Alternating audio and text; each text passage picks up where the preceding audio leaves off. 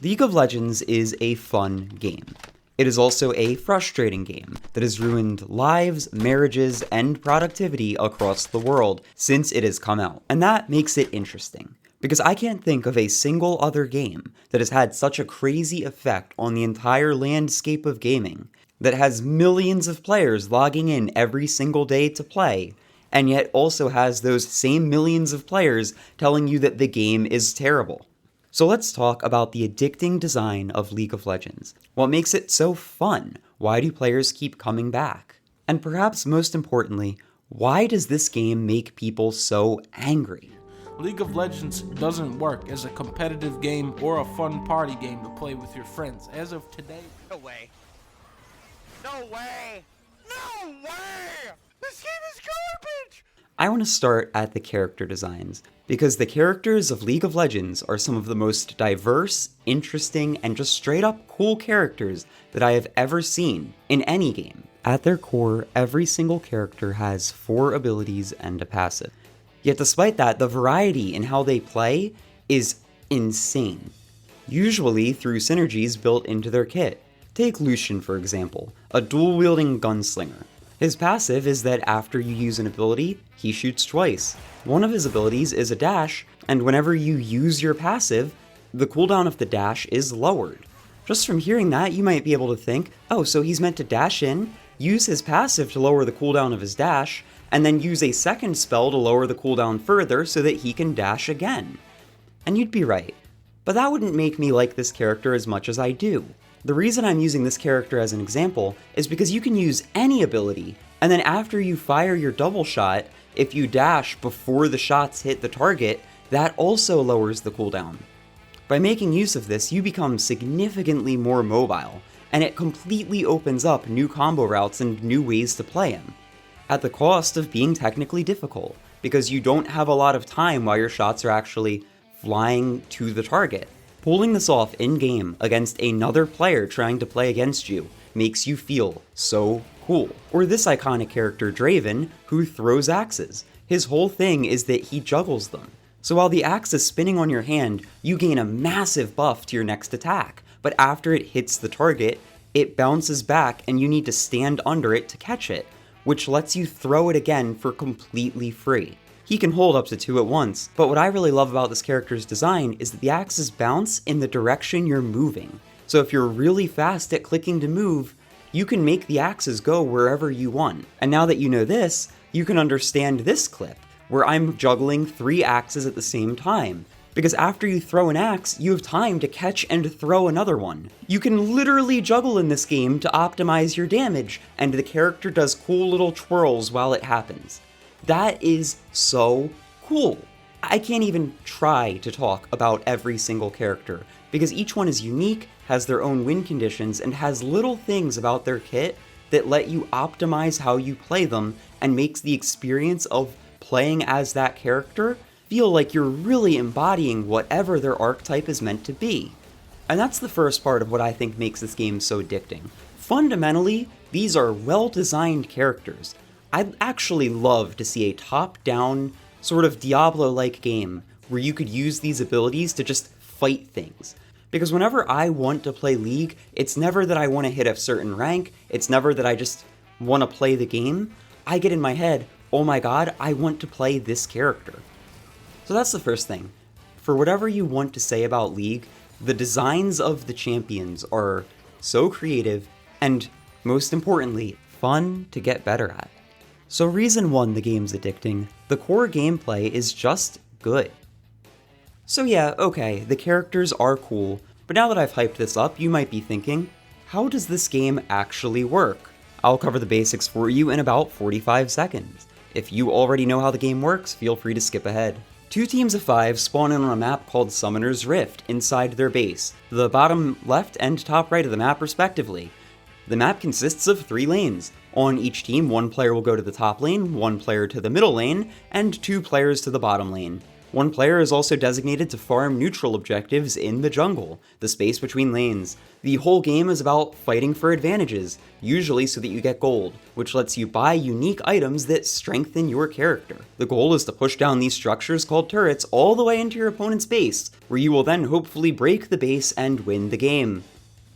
And this system of gold comes to the second reason why this game is so addicting. When you are winning in this game, you become objectively, numerically stronger than your opponent. That means that when you are having a good game, you are the main character. You can fight anyone and win. And the harder that you're winning, the more objectives you can get, and it lets you win harder. Anyone who's ever played a PvP game knows that the feeling of beating another person is significantly better than the feeling of beating an AI or a bot. And man, when you're winning in this game, are you winning? I think that's the second reason this game is so addicting. Your own skill turns into a power fantasy, and man is it fun to play that out. But this is also where we get into the first reason this game is so frustrating. Everything that I just said goes the other way as well. When someone on the enemy team starts getting a bunch of small advantages and starts snowballing, the next thing you know, you are now the victim who's part of someone else's power trip.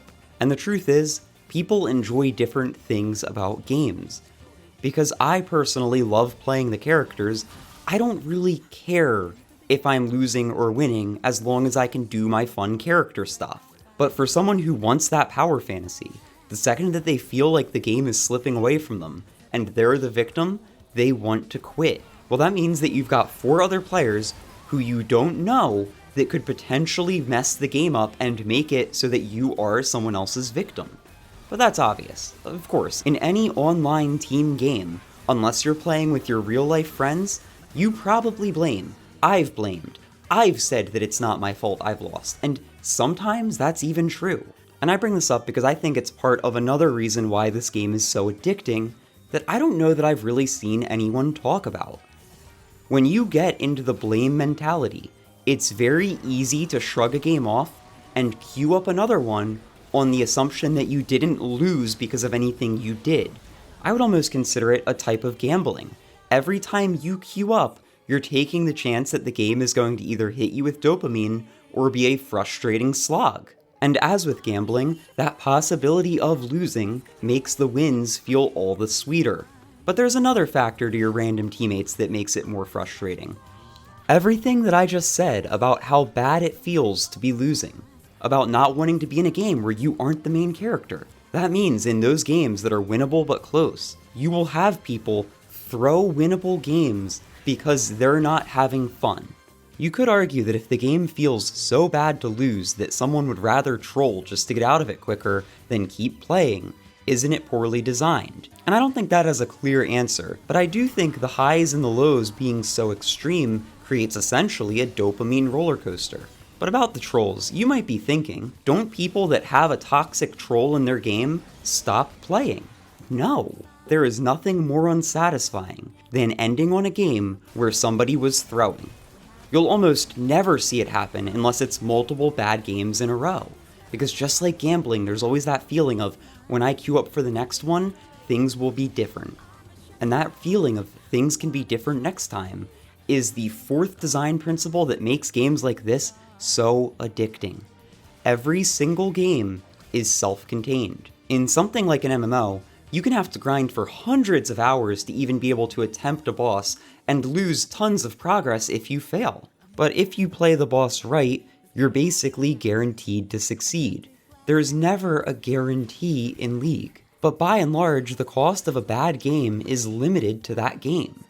In League of Legends, at worst, no matter how bad that game goes, you can always learn from it, you can bring what you learned into your next game, but next game is a full reset, an opportunity for you to pop off and win. And the funny thing about this too, is that the shorter the game lengths are, the more this feeling is intensified.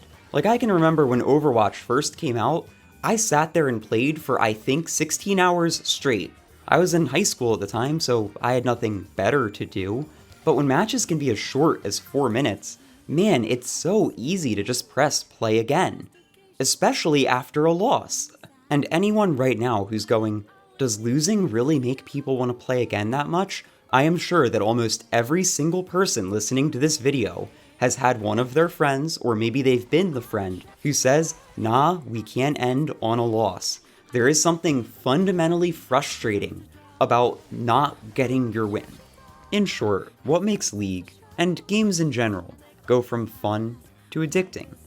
I'd say it comes down to 4 pretty easy rules. You need a fun core system.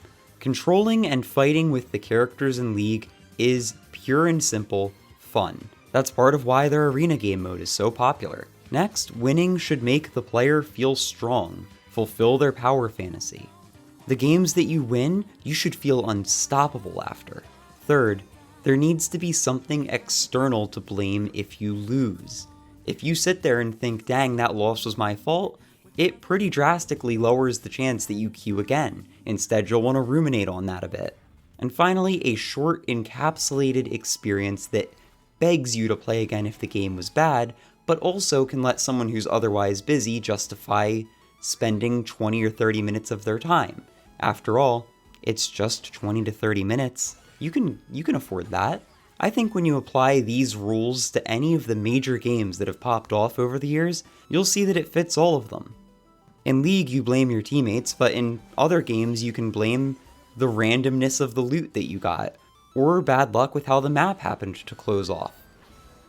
But now that I've established 2 things, 1, this game is addicting, and 2, it breeds toxicity because of the nature of the addiction, is League of Legends a fun game? I would say yes.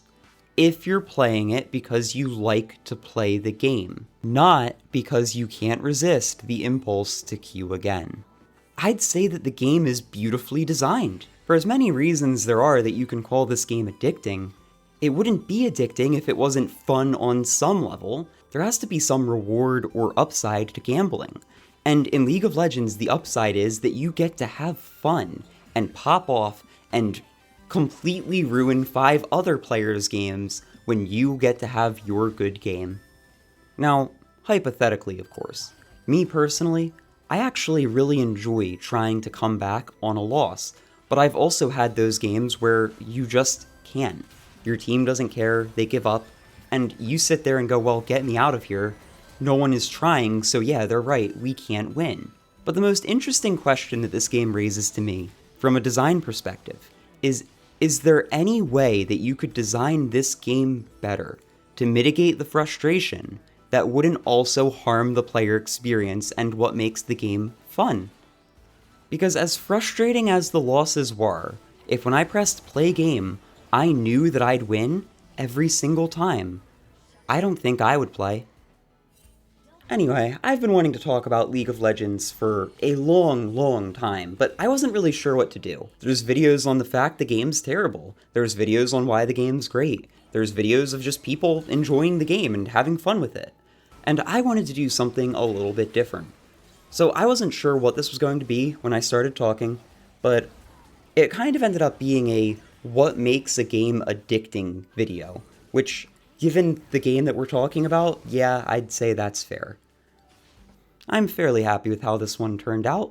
I also just got about halfway through my script for the video I want to do on RuneScape, and that one will hopefully be a little bit more cohesive. This one was a little bit of a ramble.